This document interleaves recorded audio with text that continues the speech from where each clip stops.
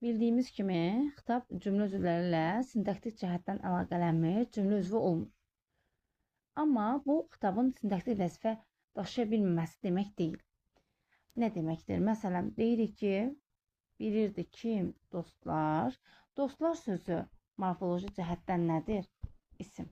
Bu, onun morfoloji xüsusiyyətidir. Morfoloji cəhətdən isimdir. Bəs dostlar sözü cümlə üzvü kimi nə edib? Mübtəda vəzifəsində çıxış edib. Mübtəda vəzifəsi olması onun sintaktik vəzifəsidir. Yəni, bir sözün elə cümlə üzvü olması onun sintaktik vəzifəsidir. Dostlar, bunu bilməlisiniz.